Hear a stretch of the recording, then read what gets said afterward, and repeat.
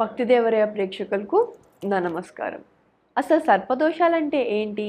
12 రాసుల వారికి ఈ సర్పదోషాల వల్ల వచ్చే సమస్యలు, వాటికి పరిహారాలు ఇవాళ మనం నానాజీ పట్నాయక్ గారిని అడిగి తెలుసుకుందాం. Hi, my name is Gautam and I actually stay in Markazgate itself. I had this back pain. It's been 1.5 years. I have tried many treatments like chiropathy, oil massage, physiotherapy especially, but it didn't work out as much like what I expected. I strongly suggest homeopathy. You people can carry on with the homeopathy. Area Malkajgiri and doctor name is like Nagesha Rao and the clinic name is Neocare Homeopathy. నమస్కారం గురువు గారు. శ్రీమాత్రే నమః. ఇప్పుడు అసలు సర్పదోషాలు అంటే ఏంటి గురువు? ఇప్పుడు 12 రాసుల వారికి సర్పదోషాలు ఎలా ఎఫెక్ట్ చేస్తాయి? తప్పకుండా అమ్మా. ఫస్ట్ ఆఫ్ ఆల్ ఏంటంటే ఈ సర్పదోషము అనేటువంటిది ఏదైతే ఉందో ఇది పర్టికులర్గా కొన్ని గ్రహాల యొక్క కాంబినేషన్స్ వల్ల ఏర్పడతాయి. అంటే శని కేతు, అంటే శని రాసుల్లో కేతు ఉన్న, కేతు రాసుల్లో శని ఉన్న, కేతు రాసులు ఉండవు కాకపోతే కేతుతో కలిసి ఉన్న శని ఉన్న, అదేవిధంగా రవి రాహువు, శని కుజ, కుజ రాహువు, కుజుడు బుధుడు, ఇట్లా కొన్ని కాంబినేషన్స్ ఉన్నాయి సర్పదోషానికి. అవి ఒక్కొక్క లగ్నాన్ని బట్టి, ఒక్కొక్క రాశిని బట్టి, అండ్ అలాగే మనకి లగ్నం నుంచి ఉండేటువంటి భావాన్ని బట్టి, వాళ్ళకు ఉండే పోర్ట్ఫోలియోని బట్టి అది ఎఫెక్ట్ ఇస్తూ ఉంటుంది. బట్ జనరల్ సర్పదోషం ఉంటుంది. అంటే మేషంలో కానీ వృశ్చికంలో కానీ రాహు ఉన్న, లేకపోతే కుంభ మరియు అదేవిధంగా మకర రాశుల్లో కేతు ఉన్న, అదేవిధంగా శని రాహు ఆర్ శని వెళ్ళి మనకి రాహు శని కలిసి ఉండి సింహరాశుల్లో ఉన్న, ఇది ఒక రకమైనటువంటి సర్పదోషం ఇస్తుంది. ఇది 12 లగ్నాల వాళ్ళకి ఆ 12 రాసుల వారికి డిఫరెంట్గా ఇస్తుంది దీని ఫలితం అనేటువంటిది. గురువు గారు, ఇప్పుడు వృశ్చిక రాశి లేదా లగ్నం వారికి ఈ సర్పదోషం వల్ల కలిగే సమస్యలు ఏంటి? దీనికి పరిహారాలు వివరించండి. షూర్ అమ్మా. వృశ్చికం వారికి ఏంటంటే రాశిలో కానీ షష్టమంలో కానీ, అంటే 6వ స్థానంలో కానీ రాహు వల్ల ఏర్పడుతుంది. లేదా భాగ్యము దశమ స్థానాల్లో రాహు వల్ల ఏర్పడుతుంది. కేతు వల్ల అయితే 3-4 స్థానాల్లో ఏర్పడుతుంది. ఫస్ట్ మనం ఈ వృశ్చిక రాశిలో కనుక రాహు ఉన్నాడు, సర్పదోషం ఏర్పడింది అన్నప్పుడు ఏమవుతుందంటే వీళ్ళకి సడన్ టర్నింగ్ పాయింట్స్ ఎక్కువగా జరుగుతాయి లైఫ్లో. అయితే దీన్ని మనం ఈ ప్రిడిక్షన్ అవుతుందా లేదా అనేటప్పుడు అష్టమ స్థానాన్ని కూడా గమనించుకోవాలి. ఈ అష్టమ స్థానాధిపతి బాగున్నాడు అనుకోండి, ఇన్సూరెన్సెస్ వల్లే కలిసి వస్తుంది వీళ్ళకి. బాగోపోతే ఇన్సూరెన్సెస్ చేయించుకోకపోవడం వల్ల ఇబ్బంది వస్తుంది. ఇది మనం అర్థం చేసుకోవాలి. ఒకటి, లైఫ్లో సడన్ చేంజెస్ ఎక్కువ అవుతున్నాయంటే వృశ్చిక రాశి ఆ వృశ్చిక లగ్నం వరకు లగ్నంలో రాహు ఉన్నాడు, లేదా అష్టమాధిపతితో రాహు కలిసి ఉన్నాడు, లేదా అష్టమానిచ్చే పోర్ట్ఫోలియోతో రాహు కలిసి ఉన్నాడు అని మనం అర్థం చేసుకోవాలి.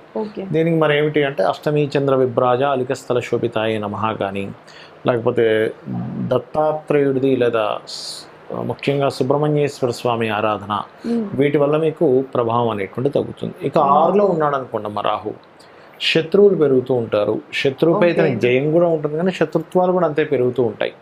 సో అందుకని కొంచెం అర్థం చేసుకొని దుర్గా ఆరాధన చేసుకుంటే శత్రువు సంబంధించిన పెరగడం, శత్రువు వల్ల వచ్చే నష్టం తగ్గుతుంది. ఓకే, అలాగే మనకి భాగ్యరాహువు దశమ రాహు ఉన్నాడు అనుకోండి, అంటే కర్కాటకంలో 9వ స్థానంలో రాహు ఉన్నాడు వృశ్చిక లగ్నం వారు వృశ్చిక రాశిలో జన్మించిన వారికి, లేదా దశమంలో రాహు ఉన్నాడు అన్నప్పుడు 9వ స్థానంలో రాహు ఉన్నప్పుడు కొంచెం ఈ పడవ ప్రయాణాలు, నీటిలో ప్రయాణాలు, లాంగ్ జర్నీ చేసేటప్పుడు కొంచెం జాగ్రత్తగా ఉండాలి. ఎట్ ద సేమ్ టైం పెద్ద మొత్తంలో ఏదైనా మనీ ఎవరికైనా ట్రాన్స్ఫర్ చేసేటప్పుడు బ్యాంకింగ్ స్కామ్స్ అవి జరుగుతాయి. ఇటువంటి విషయాలు జాగ్రత్తగా ఉండాలి. కాకపోతే వీళ్ళకి బయట దేశాలకు వెళ్ళి చదువుకునే యోగం కూడా ఉంటుంది దీనివల్ల, అంటే ఒక మంచి కూడా ఉంటుంది. ఇక అదేవిధంగా దశమ స్థానంలో రాహు ఉన్నాడు, ఇక్కడ వీళ్ళకి కొంచెం వృశ్చికం వారికి వీరికి కూడా కొంత ప్రమోషన్స్ విషయంలో కొంత ఇబ్బంది వస్తుంది. బట్ బయట దేశాలకు వెళ్ళి ఉద్యోగం చేసే యోగం, వీళ్ళకి కనుక ధనయోగం గనక బాగా పట్టింది అనుకోండి విదేశీ మూలంగా, వీళ్ళు ఇక్కడికంటే బయటికి వెళ్ళడం ద్వారా బాగా సక్సెస్ అవుతారు. అదొకటి చూసుకోవాలి. ఇక 3లోని 4లోని కేతు ఉన్నాడు, 3లో ఉన్నాడు లేదా 4లో ఉన్నాడు, అదొక సర్పదోషం. 3లో కేతు ఉన్నప్పుడు పొరపాటును కూడా వీళ్ళు జాబ్ చేసే దగ్గర కొంతమంది అగ్రిమెంట్ రాసుకుంటారు, నేను 3 సంవత్సరాలు కంటిన్యూ ఉంటా, 5 years కంటిన్యూస్గా ఉంటాను. అప్పుడు ఏమవుతుంటుందంటే మీరు ఆ కంపెనీ గురించి, అక్కడ ఉండే వాళ్ళ గురించి కరెక్ట్గా అనాలిసిస్ చేయకుండా అగ్రిమెంట్ చేయడం వల్ల ఇబ్బంది పడతారు. అంటే దాని నుంచి బయటికి రాలేరు, అక్కడ చేయలేరు, చాలా ఇబ్బంది వస్తూ ఉంటుంది దానివల్ల. ఓకే, అదొకటి. అండ్ అలాగే మరొక విషయం ఏంటంటే అమ్మా, ఇక్కడ ఒకవేళ 4వ స్థానంలో కేతు ఉన్నాడు అనుకోండి, అలాంటప్పుడు ఏంటంటే ఏదైనా బిజినెస్ సెంటర్స్ కన్స్ట్రక్షన్ చేసేటప్పుడు, కమర్షియల్ కాంప్లెక్స్లు తీసుకునేటప్పుడు కాస్త చూసుకొని తీసుకోవాలి. ఎందుకంటే కమర్షియల్ కాంప్లెక్సెస్ లాంటివి, కమర్షియల్ స్పేసెస్ ఎక్కువ రేట్ ఉంటుంది సర్వసాధారణంగా. అలాంటప్పుడు ఏమవుతుందంటే వీళ్ళు తొందరపడి అలాంటిది రెంట్కి తీసుకోవడం వల్ల, లేకపోతే అట్లాంటివి కొనుక్కోవడం వల్ల కొంత ఇబ్బంది వస్తూ ఉంటుంది. కాబట్టి బిజినెస్ సెంటర్స్, కమర్షియల్ కాంప్లెక్స్ తీసుకునే విషయంలో జాగ్రత్త పడుతూ దానికి ఏం చేయాలంటే గణపతి ఆరాధన, ఒకవేళ దానివల్ల ఏదైనా ఇబ్బంది వస్తుంది ఆ స్పేస్లో కొంత గణపతి పూజ చేసుకోవడము, రాహుకేతు గ్రహాల దగ్గర దీపారాధన చేయడము, రావి చుట్టూ ప్రదక్షిణలు చేసుకోవడం, వీటి వల్ల సర్పదోషం అనేటువంటిది తొలగిపోతుంది. ఈ యొక్క ఇబ్బంది నుంచి వాళ్ళు బయటపడగలుగుతారు. రైట్. గురువుగారు, ఇప్పుడు అసలు జాతకాలు లేని వారికి సర్పదోషం ఉంది అని ఎలా సిమ్టమ్స్ తెలుస్తాయి? ఇప్పుడు ఒకవేళ సిమ్టమ్స్ తెలిస్తే దాన్ని మనం ఎలా పరిహారం చేసుకోవచ్చు? చాలా మంచి ప్రశ్న వేసారమ్మా. ఇది తెలియక చాలా మంది ఇబ్బంది పడుతూ ఉంటారు. అయ్యో నాకు జాతకం లేదు, నేను ఎలా తెలుసుకోవాలని. చాలా ఈజీగా తెలుసుకోవచ్చు. దాన్ని చాలా ఈజీగా మనం క్లియర్ చేసుకోవచ్చు. మన లైఫ్ని హ్యాపీగా చేసుకోవచ్చు. అది ఎలాగో చెప్తాను చూడండి. ఇప్పుడు చిన్న ఎగ్జాంపుల్, వాళ్ళకి మాటికి సంతానం పొందే విషయంలో మిస్క్యారేజ్ ఎక్కువ అవుతున్నాయి అనుకోండి అమ్మ. పాపం వాళ్ళు ఏమీ తప్పు చేయరు, కానీ మిస్క్యారేజ్ అవుతూ బాధపడుతూ ఉంటారు. అలాంటి వాళ్ళకి పంచమ స్థానంలో సర్పదోషం ఏర్పడిందని మనం అర్థం చేసుకోవాలి. అలాంటప్పుడు పెద్దగా భయపడకుండా దత్తాత్రేయుడి మంత్రం ఉంటుంది.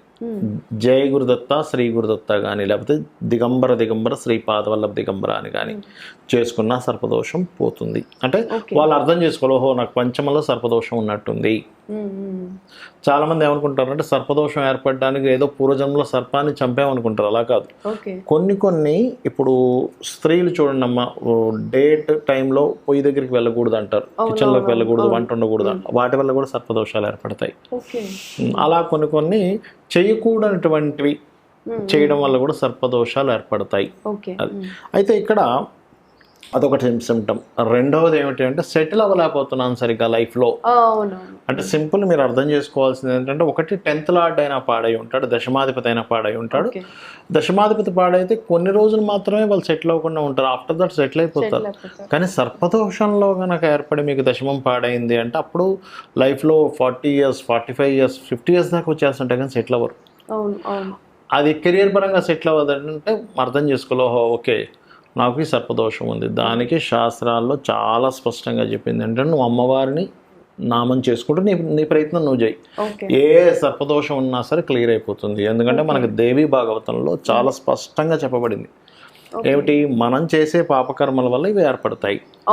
అవన్నీ అమ్మవారి భక్తులుగా మారి అమ్మవారిని కనుక మనం స్మరణ చేసుకుంటే అవి క్లియర్ అయిపోతే మనం హ్యాపీగా ఉంటాం.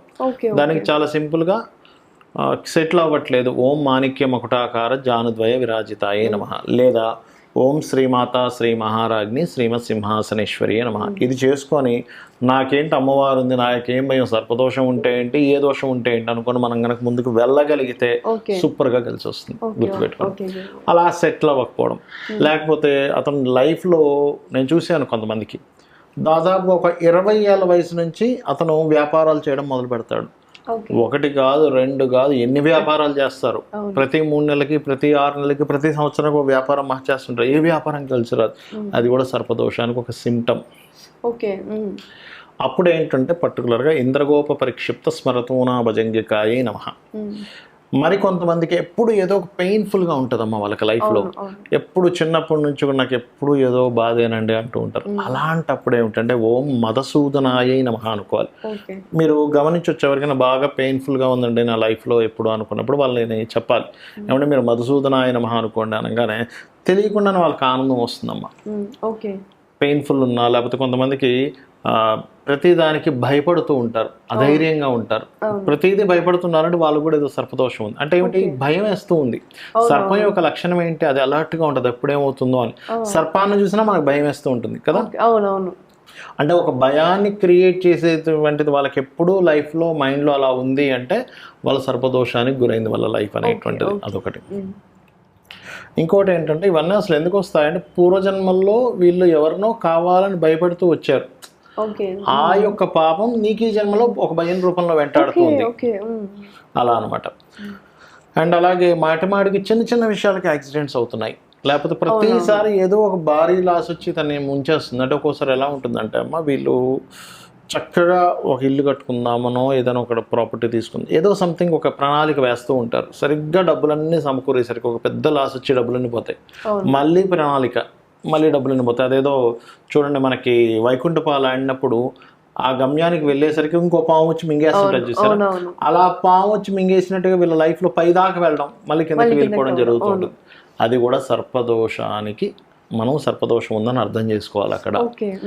అలాంటప్పుడు మీకు అంత పైకి వెళ్ళి మనకి మళ్ళీ డౌన్ అయిపోతున్నాము అన్నప్పుడు మనం ఏమైపోతాం, సర్వసాధారణంగా అలాంటి సమయంలో డిప్రెస్ వెళ్ళిపోతాడు మనిషి. వచ్చి నేనేం తప్పు చేశాను అంటే వీళ్ళకి తెలియదు కదా, ఈ జన్మలో నేను ఎవరికి తప్పు చేయలేదు కదా అనుకుంటాం. కానీ శాస్త్రం ఏం చెప్తుంది అంటే పాస్ట్ లైఫ్లో నువ్వు ఏదో మిస్టేక్ చేసి ఉంటావు, అందుకు నేను ఇలా వెంటాడుతుంది, దీనికి నువ్వేం కంగారు పడకు.